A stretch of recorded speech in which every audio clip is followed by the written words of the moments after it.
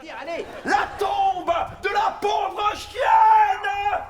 Repère pour les marins! C'est presque la fin. Que m'importe, maintenant que de toi j'ai tiré vengeance. Plus qu'une réplique! Ouais, et prends la 14. Ta fille Cassandre aussi est vouée à la mort! Je crache sur toi. Retombe le présage. Bon, au revoir, à demain, pardon. Pardon.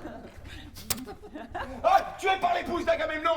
Qui pour son malheur garde le foyer! Ouais, de la tête d'Harry, d'une telle démon. Sur toi aussi, Agamemnon! Et les bras, oh la hache!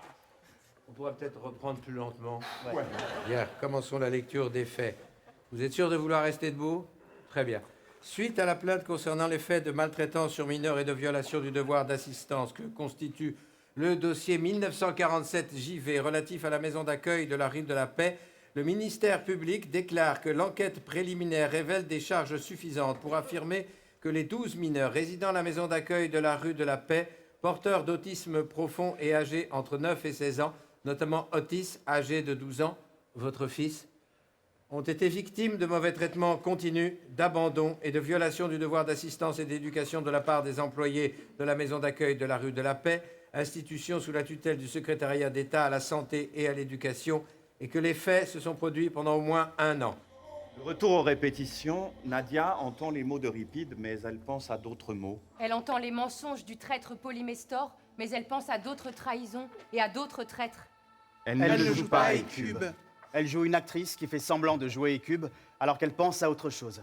Certains de nos employés sont des remplaçants. Il n'y a pas assez de personnel permanent pour assurer tous les soins. Il fallait comprendre s'il y avait eu une faute. Il fallait savoir qui avait été avec Otis. Il ne fallait pas se précipiter. Je lui ai dit... Et s'il ferme la maison d'accueil, pensez aux autres enfants. Pensez aux familles qui n'ont pas les moyens de garder leurs enfants chez eux. Pensez à tous ceux qui n'ont pas vos moyens. Pensez aux familles qui n'ont pas les moyens de garder leurs enfants chez eux. Pensez à tous ceux qui n'ont pas vos moyens. Pensez au tort que cela peut causer à toute l'équipe, à leur réputation. Pensez au tort que cela peut causer à toute l'équipe, à leur réputation.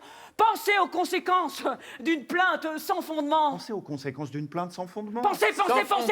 Mais à ce moment-là, oui, sans fondement, il n'y avait pas de preuve. Otis avait fait un geste comme ça. Comme ça. Comme ça. Enfin, le geste d'un enfant, de cet enfant. Vous connaissez Otis?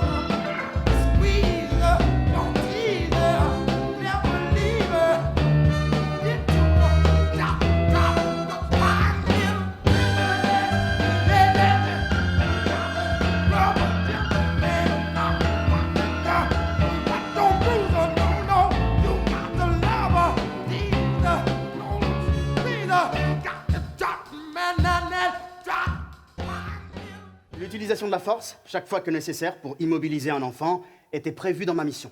Le but était de protéger. Me protéger moi, protéger mes collègues et protéger les autres enfants.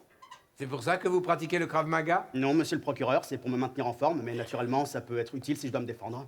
Selon un témoignage, vous avez donné des coups de pied dans la poitrine à un enfant de 12 ans.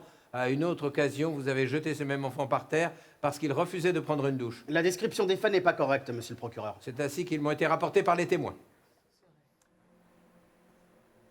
Respecte ma prière. Aie pitié de moi. De la distance où tu es comme un peintre, contemple-moi.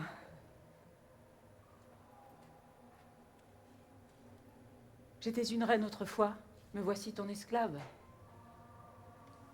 J'étais bénie en mes enfants, me voici vieille et privée d'eux, sans patrie,